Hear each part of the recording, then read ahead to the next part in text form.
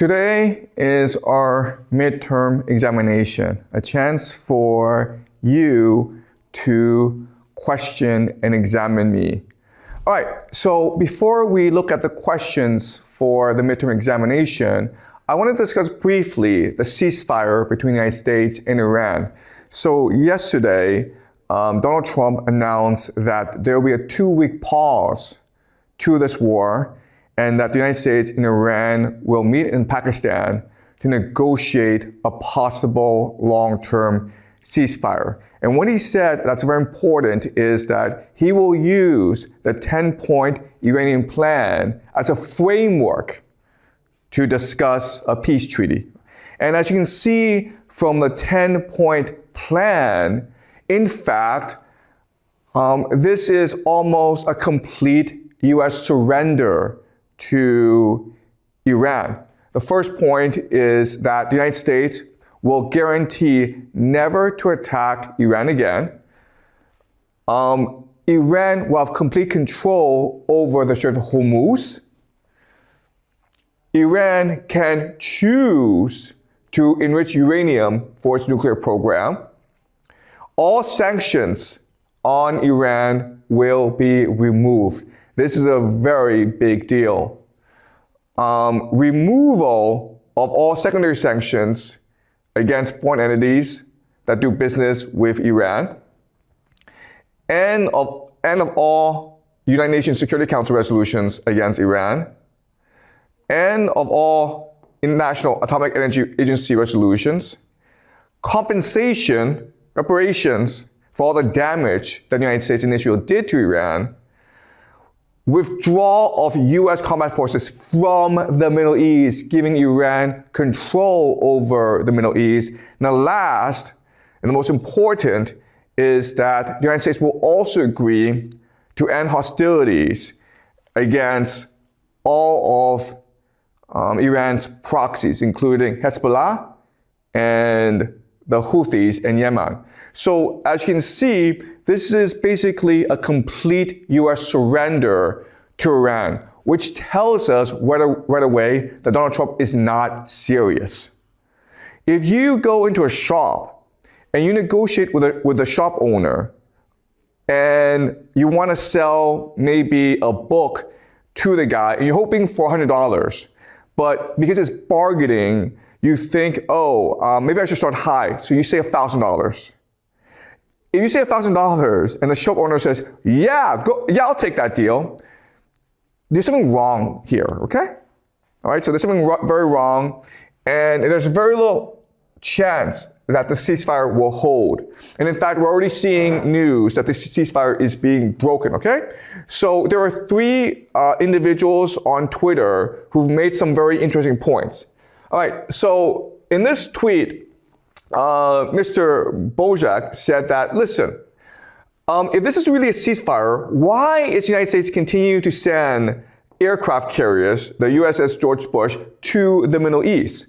What they're really trying to do is buy time in order for their ground troops to get ready to attack and seize the strait, okay? So once everything's in position, then probably what will happen is that Israel will launch a false flag against the Americans, which will justify an American attack against Iran, right? So that's a possible scenario. But again, the question is, if this is really a ceasefire, if Donald Trump is really intent on peace, why does he continue to send U.S. forces to the Middle East? That's question number 1. Question number 2 is, the problem is how Iran is defending itself. It's using something called the Mosaic defense, which is to say that there's 31 provinces, and these are 31 cells or units that are all responsible for their own strategy and attack and defense, meaning that there's no longer a centralized command. So it doesn't matter if you negotiate with the leadership of Iran, because the IRGC, the people who are fighting, will not agree to a ceasefire because they do not trust the Americans or the Israelis. So whatever happens in Pakistan will not affect the outcome of the battlefield. And that's a problem with the Mossack defense. Think of the Mossack defense as almost a dead man switch, where if you kill the Ayatollah will tell his people to fight to the end. So the Mossack defense will only come to an end if either Iran is defeated or the Americans are defeated. This thing collapses if there's in between a ceasefire. Because in order for the Iranians to implement the ceasefire, they themselves will have to go and control these Mossack units in the provinces, which basically means a civil war. Okay? So it's almost impossible, even if Iran were to negotiate a favorable peace deal, for Iran to actually implement this peace deal within its military. Okay? That's problem number 2. Problem number 3 is the United States continues to have an air bridge to the Middle East. So even though there's a ceasefire, you have these massive movement of US ground troops, of US planes, of US artillery and tanks to the Middle East. So if there's really a peace, why is this happening?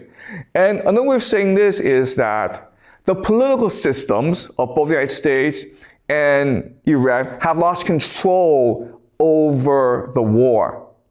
Once these militaries start fighting, they are determined to fight to the bitter end. Okay? But unfortunately, what this tells me, the fact that Iran is willing to negotiate a peace treaty, probably means that there is a schism or divide between the political leadership in Iran and the military leadership in Iran. And this is going to cause a lot of problems in the future. So maybe before this past month, it seemed as though that Iran had control over the battlefield and Iran was winning it. But I think over time, what's going to happen is that fissures will arise in Iran, and Iran will start losing the battle more and more as the United States and Israel develop a much more coherent strategy against Iran. Another major issue is that as this war drags on, the world economy is going to suffer, which means that people can no longer drive their cars, and which means maybe a lot of people will also starve. And this means that ultimately public or global opinion will slowly turn against Iran. Okay? And even Iran's closest allies, Russia and China, will feel the strain of this war and maybe even pressure Iran to end this war. But again, as we discussed previously, because of the way that Iran has structured its military defense, it is impossible for Iran to end this war unless it's either destroyed or it's destroyed the Americans. Okay? So this war, this ceasefire, it's only a PR stunt. It will actually lead to nothing. All right. The major point, okay, of contention is whether or not Lebanon is part of the peace treaty. So the Iranians believe that this peace treaty also includes its proxies, specifically Hezbollah in Lebanon and the Houthis in Yemen. But after this peace treaty was announced, Israel launched more than 100 strikes in 10 minutes across Lebanon, killing 250 people, at least 250 people. Okay? So Iran is obligated to defend Hezbollah morally. And Israel understands that if Iran breaks the peace treaty and defends Hezbollah, then it is Iran's fault, okay? And the Americans have come out and said that, well, you know, we agreed that Lebanon was not part of the deal. And J.D. Vance, the vice president, said, oh, it's a legitimate misunderstanding.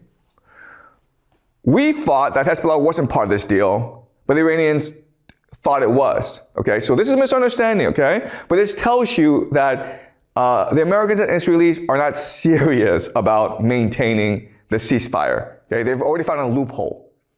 All right.